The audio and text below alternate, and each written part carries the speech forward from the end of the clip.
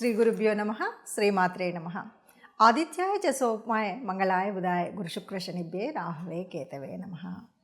శ్రీమాత శ్రీ మహారాజ్ఞి శ్రీమత్ సింహాసనేశ్వరి చిదగ్నిగుండ సంభూత దేవకార్య సముద్యత. అందరికీ నమస్కారం. ప్రతి మాసంలాగానే మరి ఈ మాసం అంటే జనవరి 2025 ఫిబ్రవరి మాసం గాను మాస ఫలితాలు ఎలా ఉన్నాయి, ఇందులో ఉద్యోగ, వ్యాపార, వివాహ, విద్య, సంతాన విషయాల్లో ఎవరు ఏ రకమైనటువంటి ఇబ్బందులు ఉన్నాయి, యోగించే గ్రహాలు ఏంటి, యోగించినవి ఏమి అనేటువంటివి తెలుసుకోవడం కోసం చేస్తున్నటువంటి ప్రయత్నంలో ఈ వీడియోలో ఇందులో ఫిబ్రవరి 2025లో రెండవ పక్షం గ్రహస్థితి ఎలా ఉంది. గ్రహస్థితి కనుక చూసినట్లయితే మనకి వృషభంలో గురువు, మిథునంలో కుజుడు, అలాగే మరి కేతువు కన్యలో, రాహువు మీనంలో, మకరంలో రవి బుధుడు మొదటి పక్షం వరకు ఉంటే ఇప్పుడు రెండవ పక్షంలో రవి బుధుడు కుంభంలోకి వస్తూ ఉన్నారు.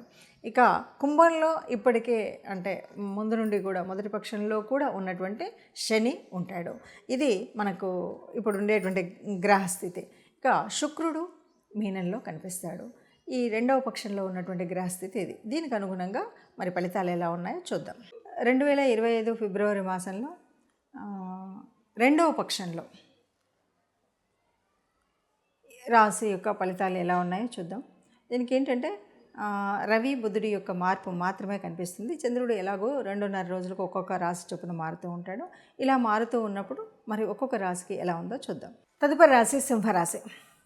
సింహరాశి వారికి 2025 ఫిబ్రవరి మాసంలో ఎలా ఉంటుంది అని చూసినట్టయితే వీరికి మరి రాష్ట్రాధిపతి అయినటువంటి రవి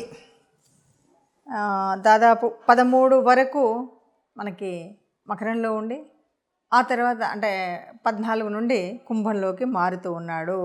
కాబట్టి ఇలాంటప్పుడు మనకి ఎలా ఉంటుంది అంటే కనుక కొద్దిగా ధనం విషయంలో జాగ్రత్తగా ఉండాలి. ఎక్కడైనా ఇన్వెస్ట్మెంట్ చేయాల్సి వచ్చినా లేదు, మనకున్నటువంటి డబ్బుల్ని ఒక్కొక్కసారి మితిమీరిన ఖర్చు చేస్తూ ఉంటాం, అనవసరపు ఖర్చు చేస్తూ ఉంటాం.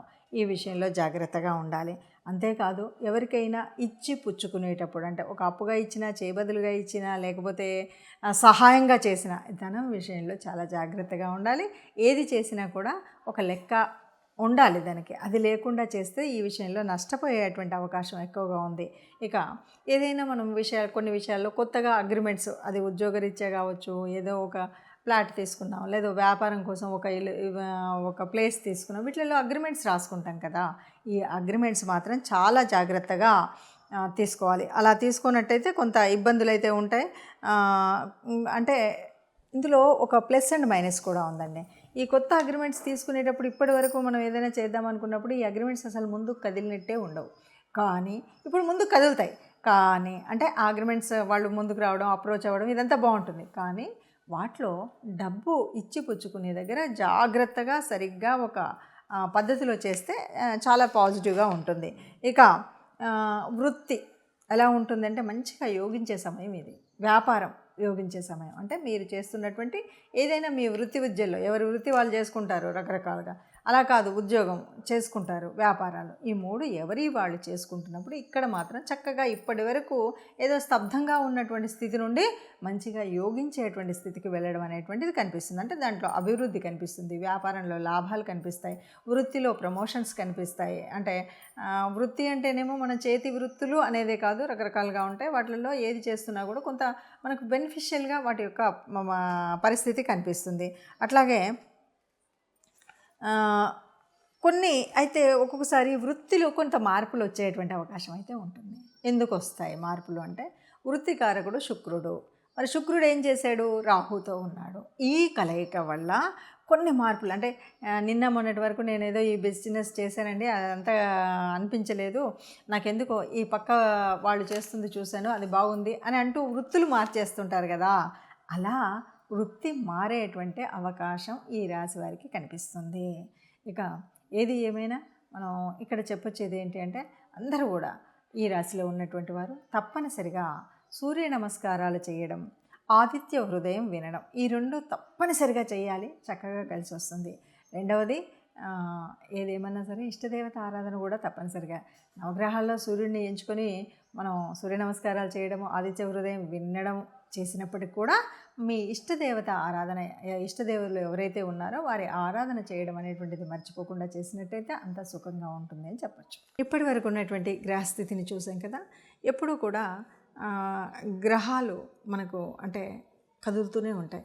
ఈ గ్రహాల మూలంగా, గ్రహాల యొక్క కదలిక వల్ల కొన్నిసార్లు కొన్ని గ్రహాలు ఒకే చోట ఉండడం, గ్రహాల దృష్టి ఉండడం, అష్టమ శని, అర్ధాష్టమ శని, ఏళ్ళనాటి శని ఇలాంటివన్నీ ప్రభావాలు ఉండడం, వీటన్నింటితో పాటు మనం ఉన్నటువంటి రాశిని బట్టి యోగకారకమైనటువంటి గ్రహాలు, యోగించని గ్రహాలు, ఇలా మనం అన్నీ చెప్పుకుంటూ వెళ్తూ ఉంటాం. దీని మూలంగా కొన్ని రకాలైనటువంటి ఇబ్బందులు, కష్టాలు, సుఖాలు, జీవితం అంటేనే కష్ట సుఖాలని చెప్తూ ఉంటాం. కానీ ఈ రాశిలో మీరు చెప్పారు ఇలాగే ఉండాలి అంటే మనం చెప్పేటువంటిది కాదు. వీటన్నిటికి కూడా మనకేంటంటే కర్మ సిద్ధాంతాన్ని నమ్మేటువంటి వాళ్ళం, పూర్వజన్మ సుకృతము ఉంటుంది. దీనివల్ల మనకేంటంటే మనం పుట్టినప్పుడే మన యొక్క జాతకంలో, జన్మ కుండలిలో కొన్ని గ్రహాలు చక్కగా ఏ ఏ స్థానాల్లో ఉండాలో అక్కడ ఉంటాయి. అయితే ఇలా ఉన్నప్పటికీ కూడా మారుతున్నటువంటి ఈ గ్రహాల యొక్క స్థితిగతులను బట్టి కొన్ని మార్పులు జీవితంలో ఏ నెల కన్నా ఏ వారానికి ఆ వారం చూసుకుంటూ వస్తూ ఉంటాం. ఇలా ఉన్నప్పుడు ఎలా ఉన్నప్పటికీ కూడా మనకు మంచి జరగాలి అనేటువంటిది కదా మన యొక్క ఆశ. అందువల్ల మనందరం మంచిగా ఉండాలి అనడం కోసమే ముందు జాగ్రత్తగా ఈ విషయాలు తెలుసుకుంటాం. ఏదైనా దీనివల్ల కొద్దిగా కీడుంది, దీనివల్ల ఇలాంటి జాగ్రత్తలు తీసుకోండి అని ఏవైతే చెప్తున్నామో వాటిని తూచా తప్పకుండా పాటించినట్టయితే బాగుంటుంది. ఇది కాదు ఎగ్జాక్ట్గా నా జీవితకాలం యొక్క తెలుసుకోవాలి అంటే జన్మకుండలి తప్పనిసరిగా వేయించుకోవాలి. మీకు తెలిసిన మీ దగ్గరలో ఉన్నటువంటి ఎవరైనా జ్యోతిష్యుల దగ్గరికి వెళ్ళి పూర్తి జన్మకుండలిని వేయించుకొని పూర్తిగా దానికి సంబంధించిన విషయాల్లో మీరు తెలుసుకోవడం అనేటువంటిది మంచిది. అలా కాకుండా ఇలా కేవలము గ్రహస్థితిని బట్టి మారుతున్నటువంటి వాటిలో అంటే ఈ కోటాను కోట్ల మందిలో ఒక 30% వరకే మనకు దీని యొక్క రిజల్ట్ మనం చెప్తున్నట్టుగా ఉంటుంది. కాబట్టి అందరూ మంచిగా ఉండాలన్నదే ఆశ. ఆ మంచిగున్న వాళ్ళలో మనము ఉండాలి అన్నది మన కోరిక. అందరూ హాయిగా, ఆనందంగా, సుఖంగా ఉండాలి. సర్వే జనా సుఖినో భవంతు. నమస్తే. ఇప్పటి వరకు ఉన్నటువంటి గ్రహస్థితిని చూసాం కదా. ఎప్పుడూ కూడా గ్రహాలు మనకు అంటే కదులుతూనే ఉంటాయి. ఈ గ్రహాల మూలంగా, గ్రహాల యొక్క కదలిక వల్ల కొన్నిసార్లు కొన్ని గ్రహాలు ఒకే చోట ఉండడం, గ్రహాల దృష్టి ఉండడం, అష్టమ శని, అర్ధాష్టమ శని, ఏళ్ళనాటి శని ఇలాంటివన్నీ ప్రభావాలు ఉండడం, వీటన్నింటితో పాటు మనం ఉన్నటువంటి రాశిని బట్టి యోగకారకమైనటువంటి గ్రహాలు, యోగించని గ్రహాలు, ఇలా మనం అన్నీ చెప్పుకుంటూ వెళ్తూ ఉంటాం. దీని మూలంగా కొన్ని రకాలైనటువంటి ఇబ్బందులు, కష్టాలు, సుఖాలు, జీవితం అంటేనే కష్ట సుఖాలని చెప్తూ ఉంటాం. కానీ ఈ రాశిలో మీరు చెప్పారు ఇలాగే ఉండాలి అంటే మనం చెప్పేటువంటిది కాదు. వీటన్నిటికి కూడా మనకేంటంటే కర్మ సిద్ధాంతాన్ని నమ్మేటువంటి వాళ్ళం, పూర్వజన్మ సుకృతము ఉంటుంది. దీనివల్ల మనకేంటంటే మనం పుట్టినప్పుడే మన యొక్క జాతకంలో, జన్మ కుండలిలో కొన్ని గ్రహాలు చక్కగా ఏ ఏ స్థానాల్లో ఉండాలో అక్కడ ఉంటాయి. అయితే ఇలా ఉన్నప్పటికీ కూడా మారుతున్నటువంటి ఈ గ్రహాల యొక్క స్థితిగతులను బట్టి కొన్ని మార్పులు జీవితంలో ఏ నెల కన్నా ఏ వారానికి ఆ వారం చూసుకుంటూ వస్తూ ఉంటాం. ఇలా ఉన్నప్పుడు ఎలా ఉన్నప్పటికీ కూడా మనకు మంచి జరగాలి అనేటువంటిది కదా మన యొక్క ఆశ. అందువల్ల మనందరం మంచిగా ఉండాలి అనడం కోసమే ముందు జాగ్రత్తగా ఈ విషయాలు తెలుసుకుంటాం. ఏదైనా దీనివల్ల కొద్దిగా కీడుంది, దీనివల్ల ఇలాంటి జాగ్రత్తలు తీసుకోండి అని ఏవైతే చెప్తున్నామో వాటిని తూచా తప్పకుండా పాటించినట్టయితే బాగుంటుంది. ఇది కాదు ఎగ్జాక్ట్గా నా జీవితకాలం యొక్క తెలుసుకోవాలి అంటే జన్మకుండలి తప్పనిసరిగా వేయించుకోవాలి. మీకు తెలిసిన మీ దగ్గరలో ఉన్నటువంటి ఎవరైనా జ్యోతిష్యుల దగ్గరికి వెళ్ళి పూర్తి జన్మకుండలిని వేయించుకొని పూర్తిగా దానికి సంబంధించిన విషయాల్లో మీరు తెలుసుకోవడం అనేటువంటిది మంచిది. అలా కాకుండా ఇలా కేవలము గ్రహస్థితిని బట్టి మారుతున్నటువంటి వాటిలో అంటే ఈ కోటాను కోట్ల మందిలో ఒక 30% వరకే మనకు దీని యొక్క రిజల్ట్ మనం చెప్తున్నట్టుగా ఉంటుంది. కాబట్టి అందరూ మంచిగా ఉండాలన్నదే ఆశ. ఆ మంచిగున్న వాళ్ళలో మనము ఉండాలి అన్నదే మన కోరిక. అందరూ హాయిగా, ఆనందంగా, సుఖంగా ఉండాలి. సర్వే జనా సుఖినో భవంతు. నమస్తే.